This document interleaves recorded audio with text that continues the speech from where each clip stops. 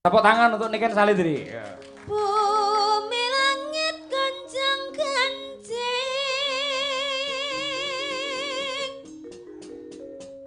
para bekang kang pratala lindu ping pitu sahari amap kang jalan idi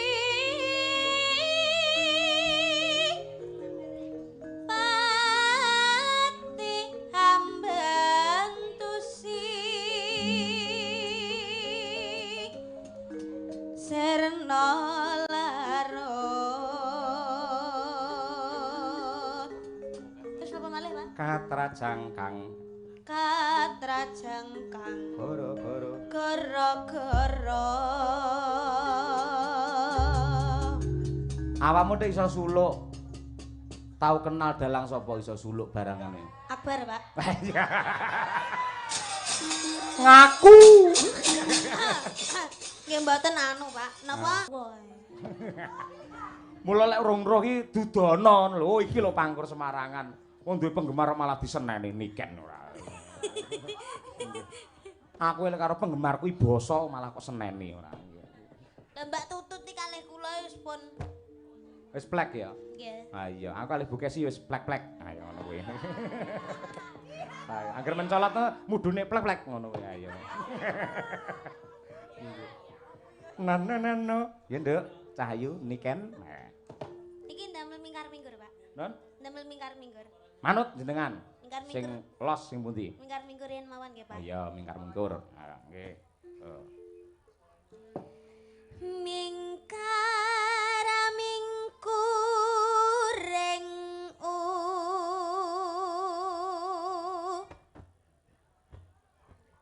akarana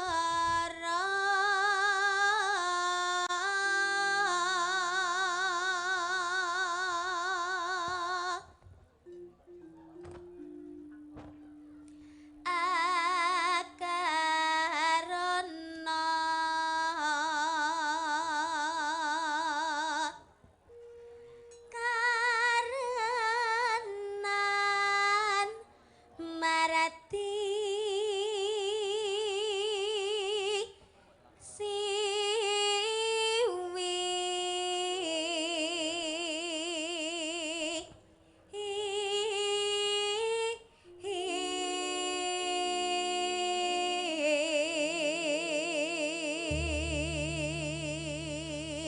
bot-bote pengen nonton Niken Salindri iki lho aku mak teratap iso ting crunguk sirah tok ning kono lho Masya Allah mak kowe iki anci-anci apa Nduk ning kono kursi hati-hati lho ya hati-hati ayo sing sebelahe cah cilik lanang wis sunat apa urung urung oh iya heeh hati-hati ya nek nganti kecepet disunati ning kono kowe engko ayo iki ibuke ya ning kono masalah ki sing wedok iya nonton wayang iso ting crunguk ning kono ae. Yo iki nggen gawat ki Nduk, tarik napas konsentrasi penuh, nada tinggi. Niken Salindri. Yo.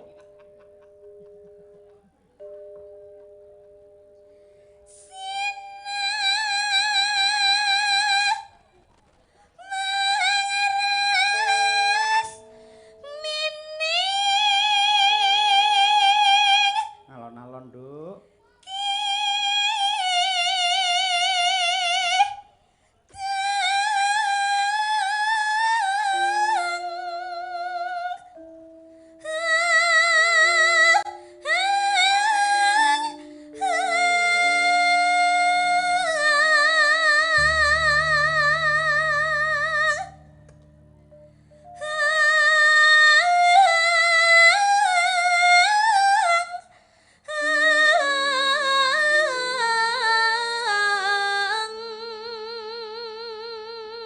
Wah.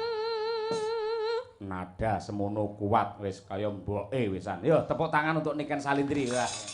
Mura ya kondang larang ya semono ya kuat lho bocah ora. Eloke nganti kaya ngono. Ha iya. Wis sok lek sampean bayen sok lek duwe putra Nduk, ora bakal kuwatir. Rasane ya ngono kuwi. Upamane arep nglairke anggere sampean wis Pangkur Semarangan, kok lair dhewe wisan. Ayo. Heeh. Terus deh. Sinopa sinu karata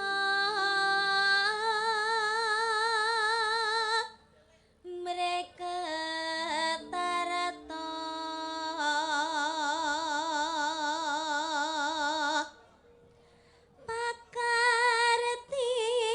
pakartining ngelmu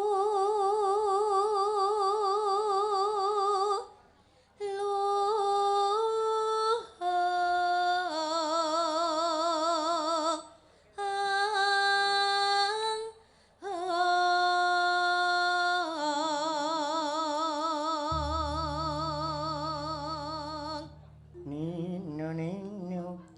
kang tumrap ning tanah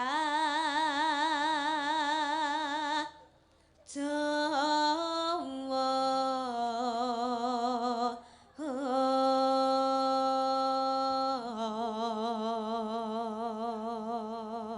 Nano. agama ageming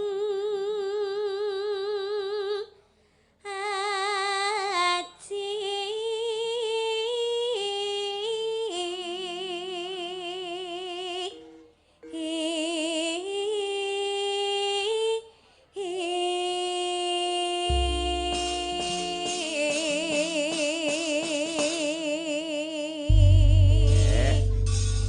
Luar biasa. Ya. Ya, Nduk. Kelangenane bapakmu aturna nggih tamba kangen luwih dhisik. Nggih, Pak. Ayang-ayang ya, Nduk ya. Nggih. Oke. Sing nembang sampean walah temenanan. Nganti kaya bledek. Ya, oke. Yo, ayang-ayang bersama Niken Salindri. Ya, yuk. Oke. Horeg tenan. Yen nggen sound system kaya nek sound horeg yen sinden horeg ya Niken Salindri iki. Luar biasa elok temenanan. Sik, Nduk, gentenan. Ayo. Nggih. Nggih Pak. pemanasan mengko tampil meneh. Oke. Nanti gara-gara to? Nggih, Pak. Oke, jos. Tak totone wektune yen ngono. Mbak Lucy Brahman. Ayo iki. Iki untuk bintang tamu loro gedhi-gedhi kabeh. Mboten Sampai ini penggalih tentrem menapa piye to Mbak Lucy kok iso awake kaya ora suda-suda. Kula niku nggih suda sakjane tapi namung setengah on. Lek lumrahe tiyang lek umpama stres niku lak mboten doyan mangan. Lah kula niku lek stres napa mawon kula pangan. Saestu. Ayo. Wah, Luar biasa. Sami kali Bu Kesi ngoten. Anggere Ramadan berpacu dalam melodi. Yuk.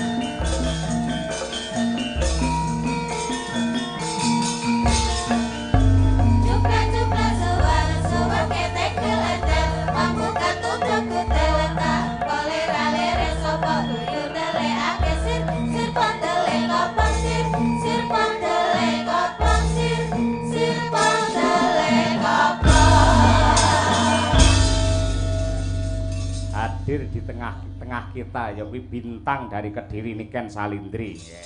Sik saurunge nembang tak takoni, sampean sing ngejob sapa? Pak Sis. Kang Sis Yohan. Dadi sing mbayari ya Kang Sis bakale. Pak Sis. Lah Pak Lurah modale apa berarti iki? Izin, Pak. Napa? Izin. Izin piye? Izin untuk Keramian. iya, Oh, ngono kuwi. Aku Kang Sis, sampean Kang Sis, ya toh. Mama Lucy. Mama Lucy ya Kang Sis padha ae. Sampe nak suara men to, Mbah. Mbah Sis niku mbah kula lho. Mbah Sis, oh, heeh. Nggih. Mbah Sis Wantara. Berarti sing nimbali jenengan Mbah Sis. Mbah Sis. Kula nggih Mbah Sis. Heeh. Mama Lucy nggih Mbah Sis. Heeh, terus Berarti Pak Lurah lek ra nyangoni ya kebacut, Pak. mbok menawa diwakili karo Pak Wakil Bupati iki mau nyangoni. Ya beda, Pak. Oh, beda. Iya, beda. Pak Lurah ndi to mau? Ngelem aku wayu tapi ra disangoni. Lho, ngene jer Basuki mawa beya, sampeyan lek nembang apik, njogete becik, wis ta aja kuwatir. Mengko mesti diwakili karo Yu Nyamini, kuwi bojone Kang Sis yo an, sing bakale paring tali asih marang panjenengan. Nggih, lek niku pasti. Nggih, niku Mbah Sis sing lenggahe teng sebelahe Bu Lurah. Niku Mbah Huti Sis. Oh iya. Nggih. Nggih. Ya gandeng sing mirsani wis ngenteni sampean kabeh.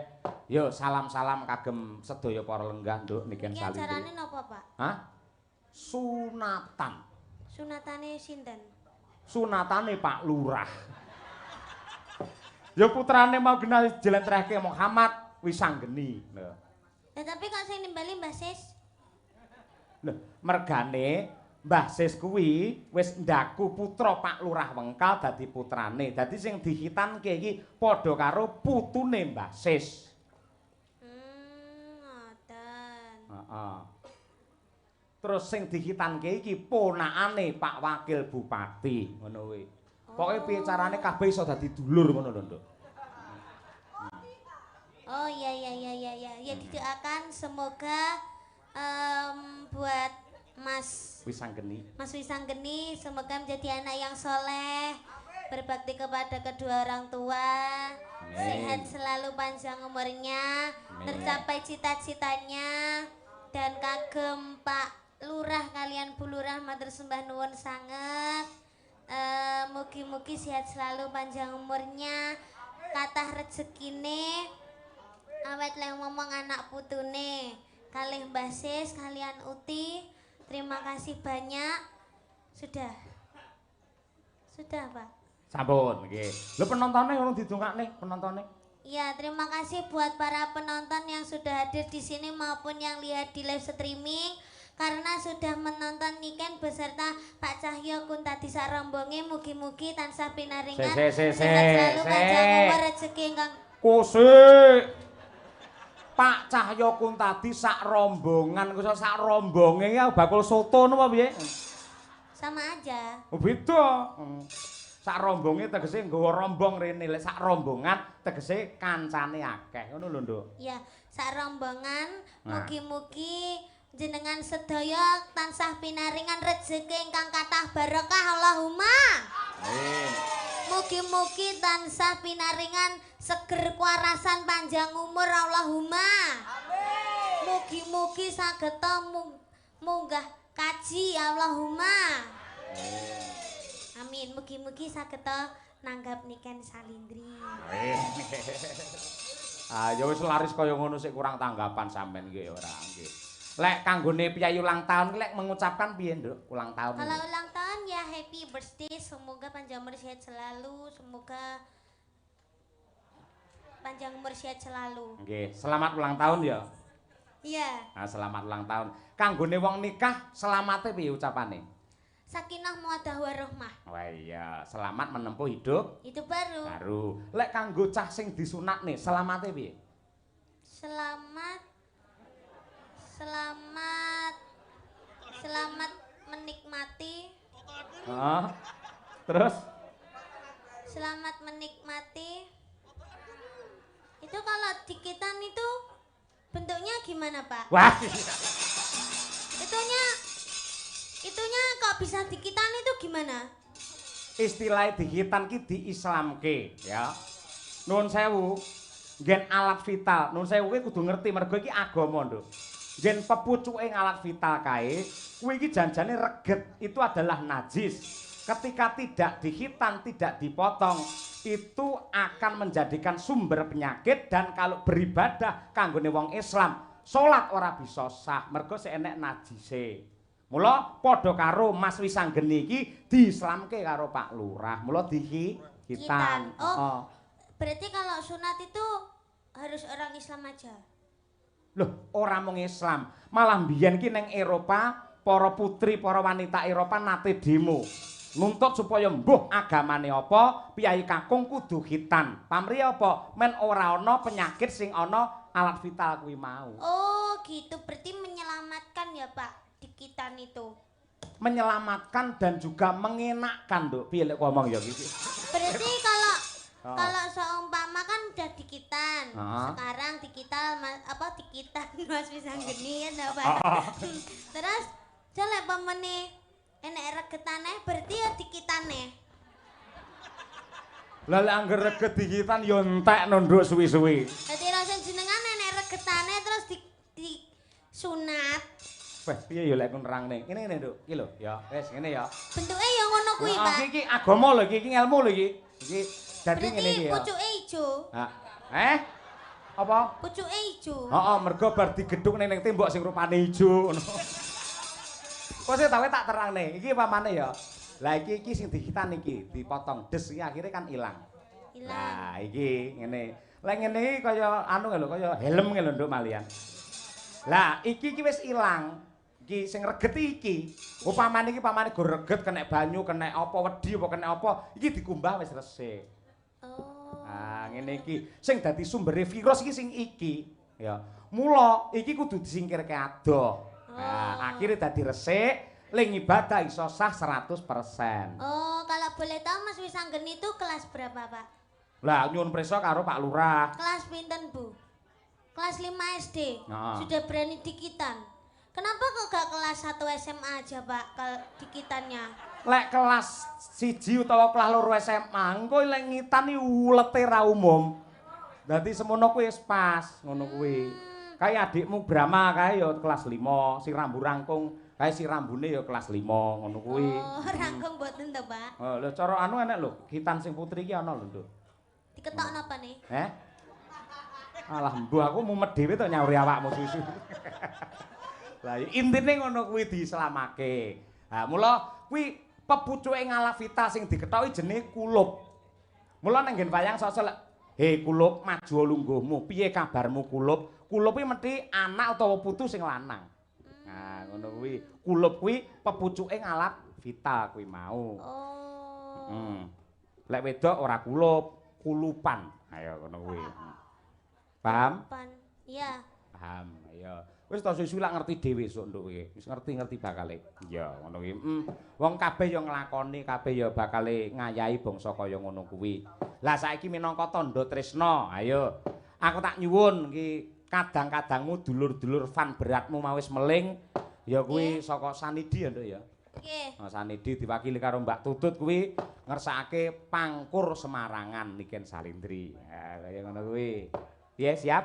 Siap, Pak. Oke, luar biasa. Ya, coba diaturake. Sama nyuwun pangkur Semarangan to, Mbak? Heeh. Kayak ruru.